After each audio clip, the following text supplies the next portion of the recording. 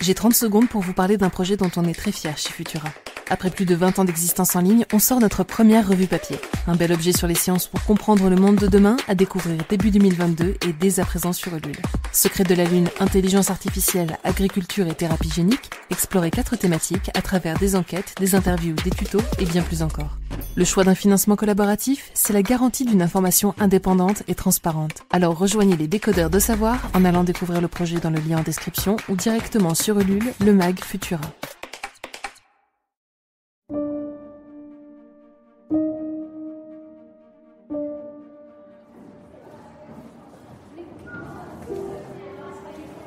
« 1938. L'école pour filles de Saint-Paul, au centre-ouest de Londres, a l'habitude d'accueillir de brillantes jeunes filles et de les instruire avec la même exigence que les garçons. C'est d'ailleurs le seul établissement pour jeunes filles de la ville à proposer des cours de physique. Parmi les élèves, il y en a une qui se démarque des autres. Une grande, en dernière année. Elle ne manque aucun cours de physique et impressionne ses professeurs par ses capacités de raisonnement et d'apprentissage. C'est Rosalind, la fille aînée d'Arthur et Muriel Franklin, un couple de bourgeois juifs à la tête d'une famille de 5 enfants. Cette jeune passionnée de sciences ne le sait pas encore, mais elle sera au cœur de la découverte scientifique la plus importante du XXe siècle. En attendant, elle est bien déterminée à poursuivre ses études scientifiques et s'inscrit au Newman College pour passer un équivalent du baccalauréat en chimie, chose plutôt rare pour une jeune femme. À 20 ans, elle entame son doctorat de chimie à l'université de Cambridge. Rosalind travaille sur le charbon, une source d'énergie très utilisée pour chauffer les chaumières, mais aussi pour faire fonctionner les usines. Le charbon constitue aussi un enjeu stratégique pour la guerre, puisqu'il est aussi présent dans les masques à gaz en tant que filtre. Le but, étudier sa porosité pour savoir comment le faire brûler plus efficacement et améliorer ses capacités filtrantes. Elle travaille d'arrache-pied alors que la Seconde Guerre mondiale secoue l'Europe. Elle parvient à démontrer que le carbone issu de la pyrolyse du charbon peut être de 2 formes. Une forme graphite, comme celle qu'on trouve dans les crayons à papier, et une forme non graphite. 2 formes, 2 structures distinctes, 2 utilisations. Le coke, la part minérale du charbon, peut être transformée en graphite à haute température et produit de grandes quantités de chaleur lorsqu'il est brûlé. On l'utilise notamment en sidérurgie. Rosalind termine son doctorat en 1945. Ambitieuse et déterminée, elle veut étendre ses connaissances, mais aussi ouvrir ses horizons. Quitter Londres pour Paris.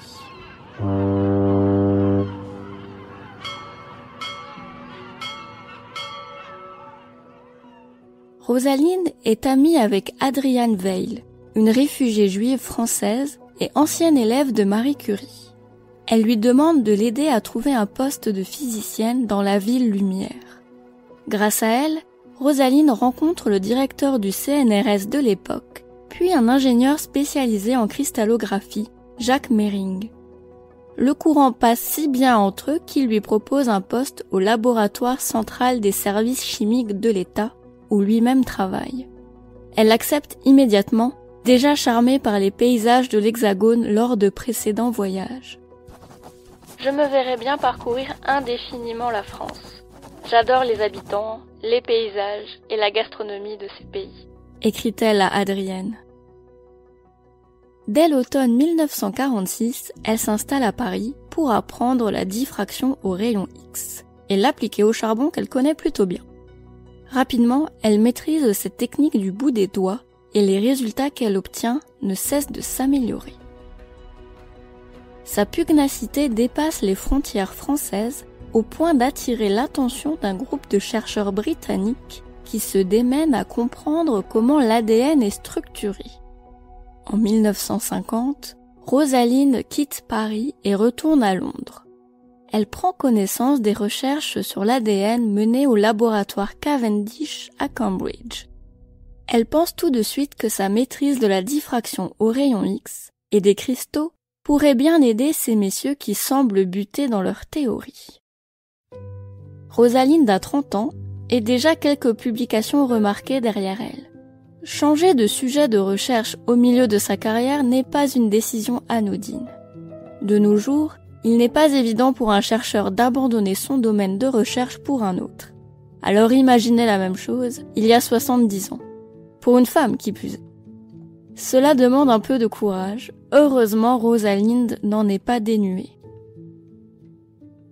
En 1951, elle prend un poste au King's College de Londres pour étudier l'ADN aux côtés de Maurice Wilkins, qui participe aux réflexions d'un certain duo, James Watson et Francis Crick.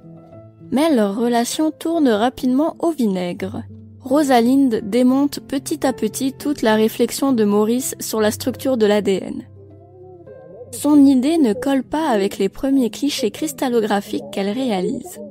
Le directeur du laboratoire où tous les deux travaillent est obligé de les séparer. Rosalind a un nouveau binôme, un doctorant, Raymond Gosling. C'est avec lui qu'elle réalise le fameux cliché 51 en mai 1952. Ce dernier montre la forme B de l'ADN, une double hélice. La dernière preuve qu'il manquait à Watson, Crick et Wilkins pour confirmer leur intuition sur la structure de l'ADN. La suite de l'histoire est célèbre. Wilkins montre le cliché 51, sans l'accord de Rosalind, à Watson et Crick, qui l'intègrent dans leur publication qui décrit la structure de l'ADN en 1953. Dans son livre qui raconte cette épopée scientifique, La double hélice, Watson dépeint Rosalind comme une femme dure et acariâtre. Sa contribution est à peine mentionnée par Wilkins lorsqu'il reçoit le prix Nobel de médecine avec Watson et Crick en 1962. Contre l'invisibilisation de sa contribution et le portrait peu flatteur qui est dressé d'elle, Rosalind ne peut se défendre. Elle meurt prématurément en 1958 d'un cancer des ovaires, sûrement amplifié par la manipulation des rayons X. Elle n'avait que 37 ans.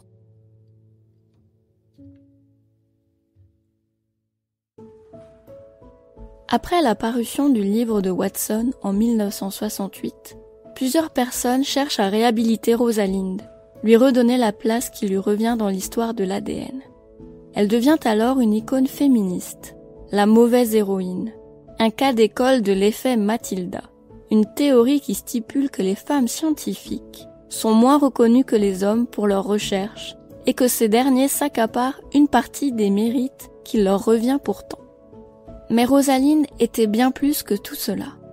Après son passage au King's College, elle prend un poste au Birkbeck College, toujours à Londres, pour poursuivre sa carrière. Ce changement de poste est autant motivé par sa curiosité que par l'ambiance antisémite qui régnait dans les couloirs de l'université.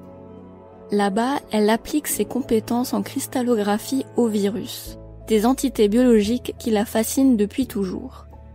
Elle aide à comprendre la structure du virus de la mosaïque du tabac, le tout premier virus découvert à la fin du XIXe siècle.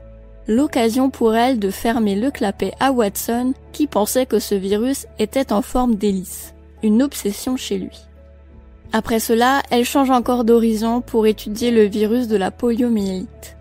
Malheureusement, son cancer précipite brutalement la fin de sa brillante carrière de chercheuse. Mais pour rappeler à tous que Rosalind était bien des choses, mais avant tout une femme scientifique brillante, sa tombe au cimetière juif de Willesden, à Londres, porte une épitaphe singulière. Il y est inscrit au centre « Scientist », scientifique en français. Si Rosalind a beaucoup voyagé dans sa vie, pour faire du tourisme ou rencontrer ses pairs, elle ne se serait jamais imaginée sur Mars. La NASA a prévu de lancer prochainement un rover sur la planète rouge, baptisé Rosalind Franklin. Quel est le rapport ? Eh bien, la mission principale du robot est de rechercher des traces de vie, pourquoi pas de l'ADN, et étudier l'histoire de l'eau sur cette planète.